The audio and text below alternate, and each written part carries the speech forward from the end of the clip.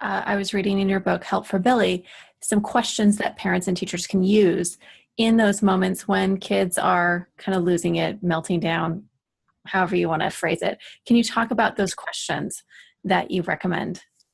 Now let's talk first about the question what not to ask, because I think that's the place to start, right? So I think when we work with kids, and whether we're the teacher, parent, whatever our role is, we automatically within our mind go, okay, how do I get this child to change their behavior? How do I get them to be able to sit still in the classroom, to work on their assignment, to not touch the kid next to them, not to call out, to raise their hand at home? How do I get this child to empty the dishwasher? How do I get this child, all these things.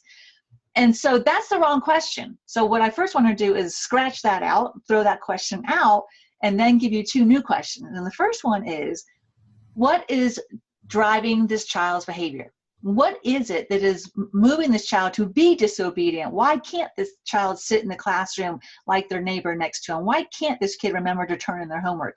And then we may not always have that answer. And so I've always said, okay, well, let's jump to the second question. This one is a foolproof question. And this one is, what can I do at this very moment to improve my relationship with this child, with this student?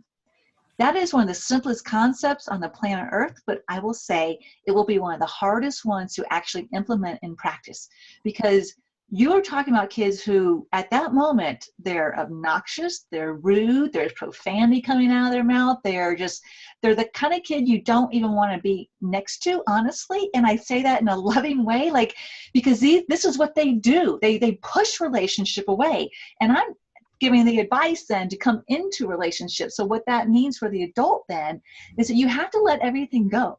This isn't about changing how you look or how they look or anything else. All it is that that very moment, how do I get into the heart of this child? How do I be able to reach into the deeper parts of the caverns of their heart that are hurting, that are overwhelmed, and let everything else go for the moment?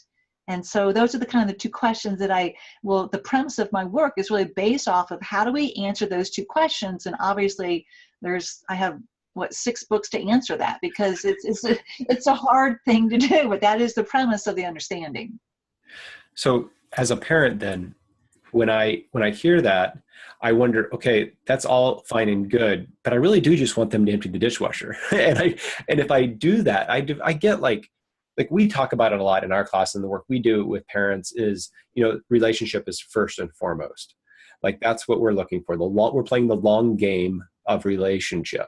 And yet, as a parent or as an educator, there's sometimes we just want them to do this stuff. And I'm afraid that if I'm just doing relationship stuff, they're never going to be able to do that. They're never either going to learn it, or they're never going to really do that in the long term, like empty the dishwasher at any point, not just right now, but even like in the weeks to come.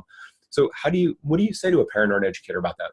I think that's a valid fear. And actually, it is the truth. If we only focus on relationship and never get to the life lesson, I think that's just not good parenting. And so it's the timing of it. So my basic answer is it's the timing. So when I talked about the brain, when the child is in that lower part of the brain, the midbrain, that is not the time to teach the lesson. Because what we also know through science is that stress causes short-term memory loss. And so if you are trying to teach a lesson of, you've got to be able to empty the dishwasher, you've got to turn in your homework, that child isn't in the space of their brain that they can even remember it.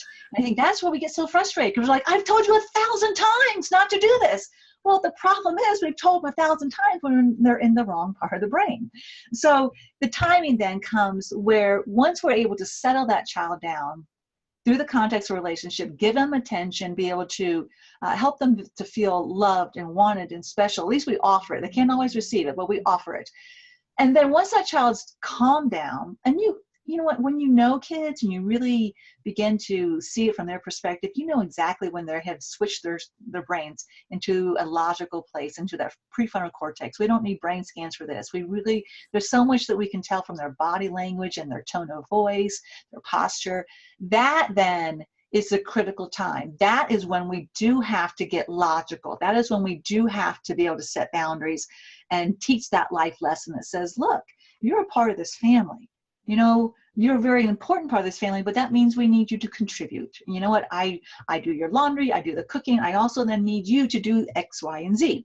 And so it's not always that easy, but that's sort of the formula. And I think that the more that we understand that that teaching moment absolutely indeed has to happen, but when we do it is going to be the critical piece when we don't, and we won't find ourselves so frustrated.